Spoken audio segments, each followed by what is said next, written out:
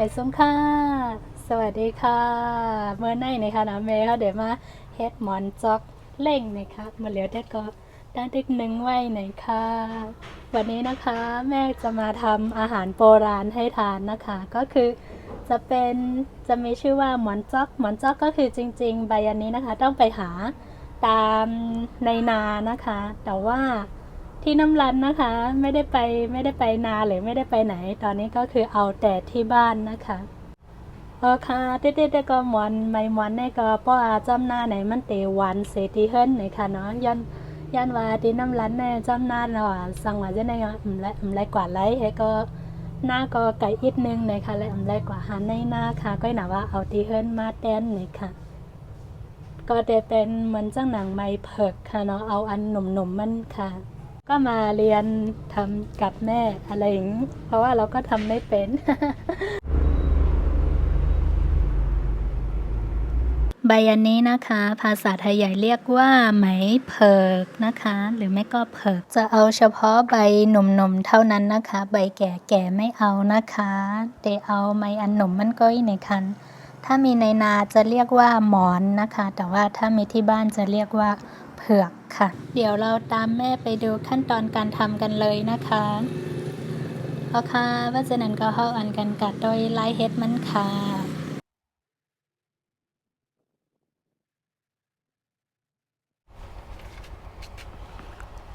เมื่อในเมเฮาเตเฮ็ดหมอนจอกในค่ะว่าเนี่ยหมอนจอกหมอนแต่ก็เอาในสวนไงค่ะเนาะเต็มยันว่าในน้ำมีนี่แหละเอาในสวนไงค่ะไม้เผือกในย่อมเด้เอาไม้เผือกเฮ็ดแดนนี่ค่ะนี่นะคะแม่กำลังจะทำอาหารโบราณนะคะอันนี้ก็คือถ้าไม่ใช่คนโบราณทำนะคะไม่ค่อยอร่อยนะคะเพราะว่าจะคันมันจะมีพิถีพิถันมากๆเลยขั้นตอนการทำนะคะ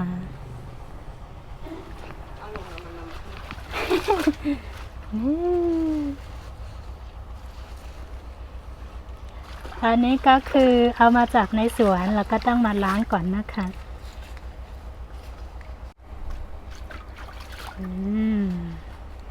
จะต้องนึ่งก่อนนะคะแล้วก็ปิดฝาให้เรียบร้อยนี่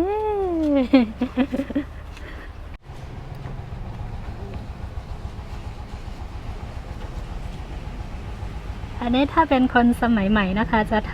ทำไม่ค่อยเป็นนะคะเพราะว่าจะคันหน่อยๆแต่ถ้าเป็นคนโบราณทำเขาก็จะอร่อยมากเดี๋ยวคอยดูนะคะว่าหน้าตาจะออกมาเป็นยังไง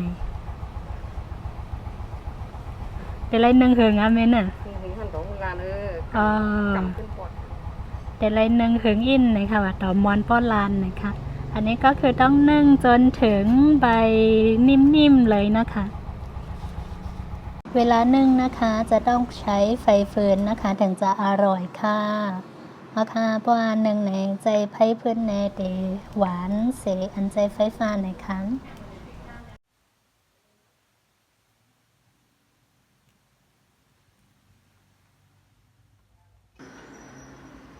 แม่ใช้เวลานึ่งเป็น2 ชั่วโมงเลยนะคะค่ะในแต่หนึ่งเย้าข้าวตั้ง2 ชั่วโมงในคันเย้าก็และเย้าค่ะ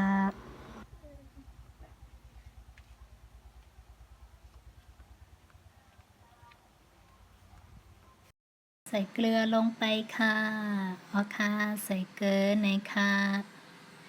พอเย้าก็เด็ดขึ้นใส่โถเน่าผงนะคะเสร็จแล้วก็ใส่ผงถั่วเน่าลงไปนะคะผงถั่วเน่าก็คืออาหารประจำชาติของไทยใหญ่เลยนะคะใส่ผักชีฝรั่งลงไปค่ะค่ะแล้วนั่นก็ใส่ผักกีเมืองกอกลงกว่าค่ะ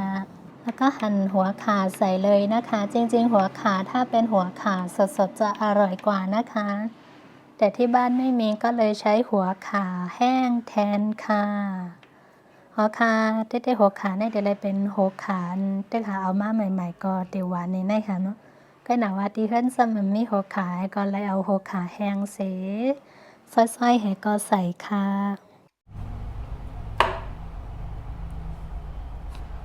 หัวขานะคะต้องหั่นให้ละเอียดเลยนะคะ เดี๋ยวเราซอยเซกันหัวขาในเดี๋ยวเราซอยเซนะคะใส่หัวขาลงไปใส่หัวขาจ้อนค่ะพอหวานแด่นใส่น้ำไหมหน่อยอ๋อถ้าหากว่าใครทานผงชูรสนะคะ ก็ใส่ผงชูรสลงไปเลยนะคะ ถ้าไม่ทานก็ไม่ใส่ก็ไม่เป็นไรค่ะเพราะกินผงหวานก็ใส่ผงหวานลงกับจ้อมป้อมกินก็ใส่ก็เป็นนังฮะตำในครกก็อะไรคะในหน่อ หยิบตำน้ำมันมา จริงๆจะตำในครกหรือในหม้อก็ได้นะคะตำในครกก็อะไรตำในอ่างก็อะไรนะคะ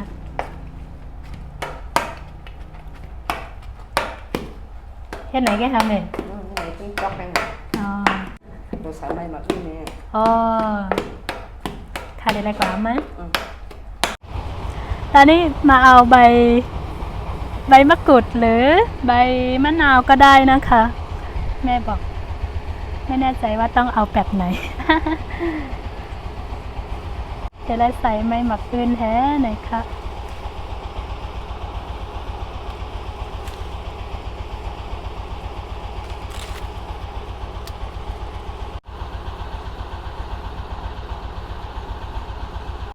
ตอนนี้ก็ได้แล้วนะคะไปกันเลยมันเป็นตั้งกินว่ากูปอกันนะน้องไม่น่ะ แป้งกินก่อน ตั้งกินเมื่อก่อนแม่บอกเป็นอาหารโบราณนะคะ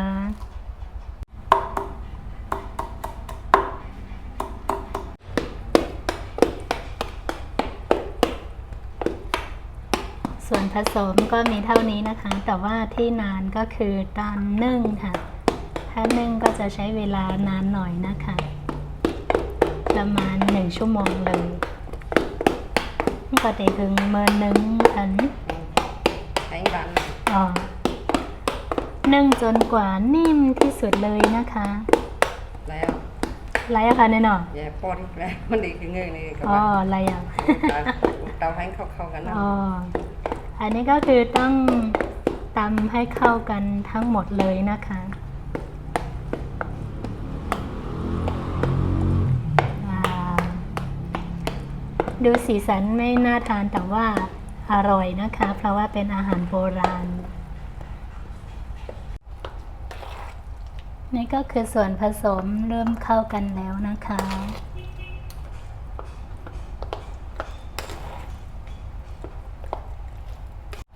ใบตองก็เอามาจากในสวนนะคะเมื่อกี้แม่ไปไม่ได้ไปถ่าย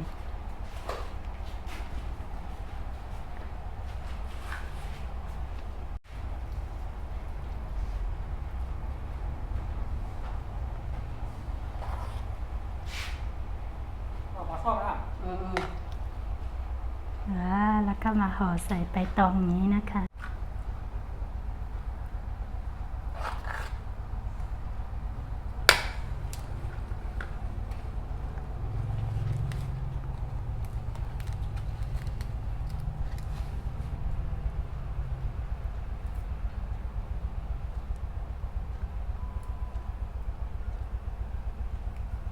อายุปอดที่นี่ ไปตัด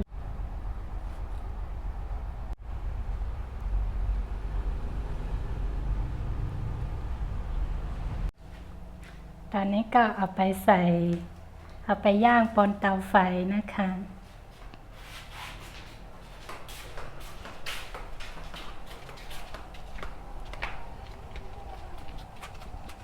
แข็งหวังแล้วนะ แข้งมีไหนอ่ะ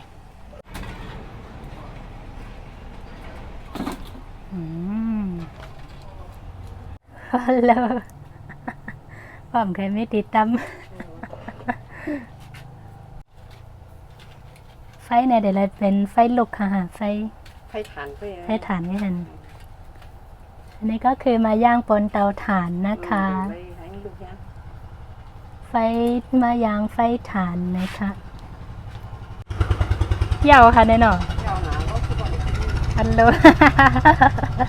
เดี๋ยวว่ายับ แม่บอกว่าเสร็จแล้ว รอให้สุกแล้วก็ทานได้ค่ะในก็ไรเย้าค่ะไปให้สุกแหก็กินไรเย้าค่ะ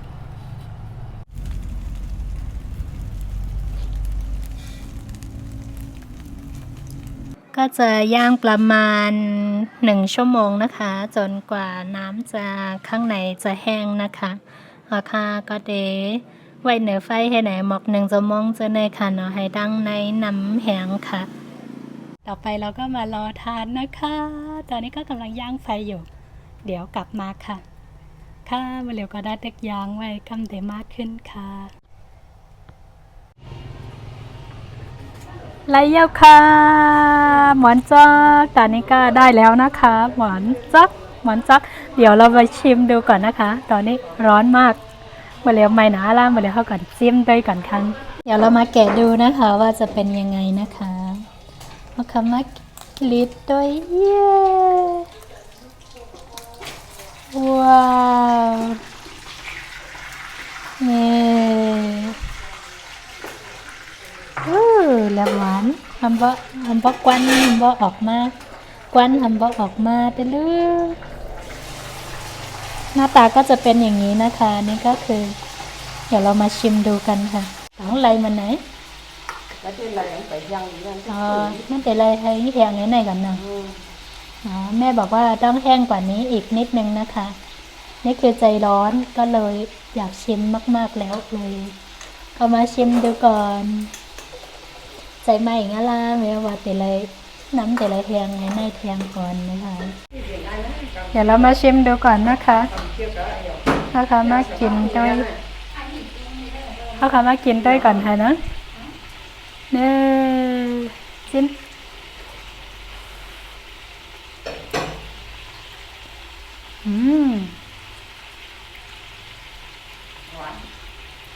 หวานไหม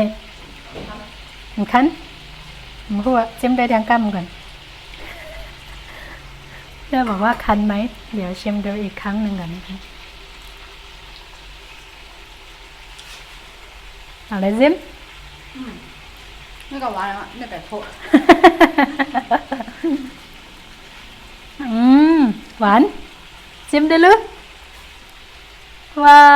วอร่อยมากๆค่ะหวานเป๋ใจมันขั้นไหนอีกเดี๋ยวให้น้องชิมดูก่อนนะคะเดี๋ยวนะ Ngoan hơn. หวาน หวานลูกเอาเข้าไว้มากินกับก็ Ủn đấy, không nhiều ấy. โอเคกว่าไปแล้วได้ Thịt khoai cơ. กินจ้ำเฮาค่ะตั้งกินก้นมากูปอกก้นกะปานมาเร็วได้ก็เต็มป้อเตะเกียกเต็มเกียกได้หัวก็หนอว่าจะไหนหากินหยับหนาค่ะนะอันนี้ก็คือ Mỏ hết. หนอเข้ากับหมอเฮ็ด Hết không bắt khiển thẳng ra đây, mỏ hết đây nè.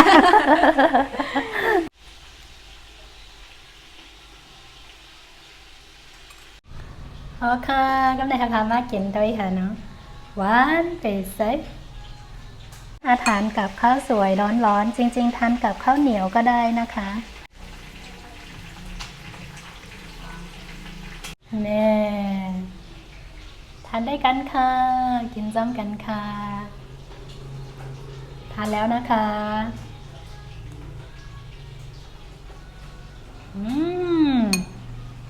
อร่อยมากๆค่ะนี่ก็เป็นอาหารโบราณอย่างหนึ่งนะคะนี่ก็คือเป็นอาหารที่เขาเรียกว่าอะไรคะโบราณมากๆจนคนรุ่นใหม่สมัยนี้ไม่ค่อยรู้จักกันแล้วนะคะหวานเป๋แซ่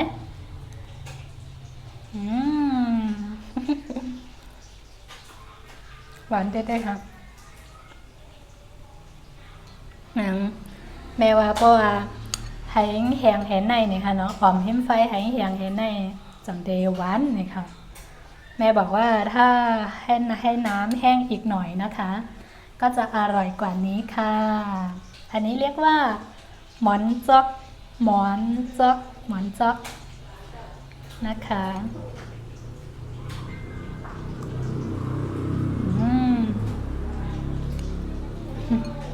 โอเคค่ะคลิปนี้ก็ขอลาเพียงเท่านี้นะคะ